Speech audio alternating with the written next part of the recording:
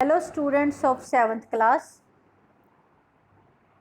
I hope you are well at your home and you are doing study well. You have listened this video of which chapter we are the chapter of second, equality in democracy, which is the central theme of the democracy. Equality जो है central theme है democracy का, वो आपने video सुनी होगी।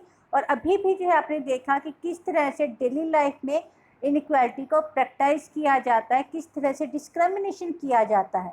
आज हम क्या पढ़ेंगे इसी चैप्टर को कंटिन्यू करते हुए कि गवर्नमेंट के द्वारा कौन से जो है इनिशिएटिव्स उठाए गए हैं जिससे जो है इक्वालिटी को ज़्यादा से ज़्यादा बढ़ावा दिया जा सके। Government initiative to promote equality. हमारे कॉन्स्टिट्यूशन ने जो क्या बताया है कि गवर्नमेंट जो है रिस्पॉन्सिबल है ज़्यादा से ज़्यादा इक्वालिटी को प्रमोट करने के लिए, लोगों को जो श्योरिटी दे कि सबके साथ इक्वल स्टेटस, इक्वल ट्रीट किया जाए, चाहे वो पुअर पीपल है या दलित हैं या अदर मार्जिनल कम्युनिटीज है। मार्जिनल कम्युनिटीज कौन सी किसे कहा जाता है? जो अपने पे दबी हुई हैं, जिनके साथ जो है जो डिसएडवांटेजेस ग्रुप है, जिनको पूरी सुविधाएं नहीं मिली हैं, जो सोशल और इकोनॉमिक रूप में अभी भी बैकवर्ड जो है वो जो है। अब गवर्नमेंट जो है किस तरह से ट्राई करती है इक्वालिटी को लाने के लिए, वो गवर्नमेंट 2 वेज को फॉलो करती है। वो वे कौन कौन से? एक तो थ्रू लॉ, एक कानून के द्वारा, दूसरा through the various social and economic programmes और स्कीम्स, और दूसरा किसके द्वारा? अलग अलग तरह की जो है सामाजिक और आर्थिक स्कीम्स जो चलाई जाती हैं। There are several laws in the India. अब कितने ही कानून हैं जो लोगों के जो है राइट्स को प्रोटेक्ट करती है, इक्वलिटी को प्रोटेक्ट करते हैं। अब इसी तरह के लॉ जो है जो इंडिया के कॉन्स्टिट्यूशन प्रोवाइड करवाता है शेड्यूल कास्ट के लिए, शेड्यूल ट्राइब्स के लिए और अदर डिसएडवांटेजेस ग्रुप्स के लिए। और हमारे गवर्नमेंट के द्वारा कितने इनिशिएटिव्स उठाए जाते हैं, स्टेप उठाए गए हैं ताकि इक्वालिटी को प्रमोट किया जाए। जैसे कौन सी है? Mid day meal scheme, national rural employment guarantee act जो है, जो कब पास किया गया था? 2005 के दौरान। अब मिड डे मील स्कीम के द्वारा जो है जो इंट्रोड्यूस किया गया गवर्नमेंट के द्वारा, ये स्पेशली एलिमेंट्री स्कूल्स, एलिमेंट्री कौन से स्कूल होते हैं? जो प्राइमरी स्कूल्स होते हैं, उसमें जो है बच्चों को कुक्ड भोजन यानी कि जो है बना बनाया भोजन जो है मिड डे यानी कि रिसेस के टाइम देना। अब इस प्रोग्राम का क्या फ़ायदा है? इस प्रोग्राम से जो है मैनी मोर चिल्ड्रन यानी कि कितने ही जो है पुअर चिल्ड्रन जो है वो स्कूल में आने लगे और रेगुलर स्कूल को अटेंड करने लगे। और पहले क्या होता था? Earlier the children would go home for lunch, lunch के लिए घर जाते थे वापस, फिर वो वापस नहीं आते थे। लेकिन मिड डे मील प्रोग्राम के कारण अब उनकी अटेंडेंस में क्या हुई है? काफ़ी ज़्यादा इम्प्रूवमेंट हुआ है। और पहले मदर को जो है अपना काम छोड़कर वापस जो है अपने बच्चों को खाना बनाने के लिए देने आना पड़ता था, लेकिन अब ऐसा नहीं है। अब जो है बच्चे स्कूल में ही खाना खाते हैं, इसलिए मदर्स भी फ्री रहती हैं। Then this programme has help a lot of reducing caste prejudice also. अब इससे जो है कितने जो कास्ट के बेस पे जो है रूढ़िवादी धारणाएं बनी हुई हैं उसको भी जो है ये कम करते। क्यों? क्योंकि जो है इसमें मिड डे मील में सभी स्टूडेंट्स इकट्ठे बैठ के खाना खाते हैं, चाहे वो कोई भी हो। और ये भोजन जो है बेसिकली जो है अपने दलित वीमेन के द्वारा ही बनाया जाता है। Then through such initiative help to the reduce inequality among the people. हालांकि जो है इससे जो है काफ़ी हद तक अपने आप में इनइक्वालिटी को रिड्यूस किया जा रहा है, लेकिन ये धीरे धीरे होगा। इसके क्या रीजन है? The attitude of the people to accept all man as equal change very slowly. जो है ये एटीट्यूड जो है भी सभी मैन इक्वल है, ये एटीट्यूड जो है क्या होगा? धीरे धीरे चेंज होगा, क्योंकि लोगों का जो है मेंटल कॉन्सेप्ट है वो स्लोली चेंज होता है, एकदम से जो है चेंज नहीं आता। जैसे जैसे अवेयरनेस आती जाती है वैसे वैसे चेंज होता रहता है। Even though the people are aware of the law.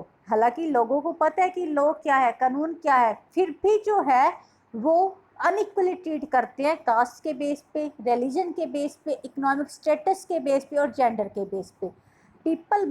लोगों को जो है जब ये समझ आ जाएगा कि कोई भी इंफीरियर या सुपीरियर नहीं है, सब एक जैसे हैं, सबकी अपनी डिग्निटी है, सबकी अपनी इक्वालिटी है, तब जो है ये अपने आप में ये डिस्क्रिमिनेशन, ये जो है भेदभाव जो है ख़त्म होगा। अब इनइक्वालिटी है वर्ल्ड फिनोमिना। अब आप ये सोचो कि इनइक्वालिटी सिर्फ इंडिया में प्रैक्टिस की जाती है, नहीं, पूरे वर्ल्ड में जो है डेमोक्रेटिक कंट्रीज हैं वो सभी वर्ल्ड में ये प्रैक्टिस की जाती है। अगर हम यूएसए जो है अपने आप में बहुत जो डेवलप्ड कंट्री है, वहाँ पे भी जो है यूएसए में अफ्रीकन अमेरिकन के साथ बहुत ज़्यादा अनइक्वली ट्रीट किया जाता था, बहुत ज़्यादा। They were denied the equally before the law, हालांकि उनको जो है कानून के सामने भी जो है वो इक्वली जो है ट्रीट नहीं किए जाते थे। Before the civil right movement, वहाँ पे जो है बहुत बड़ा मूवमेंट चलाया गया कि इसे अफ्रीकन अमेरिकन के साथ इक्वली ट्रीट किया जाए।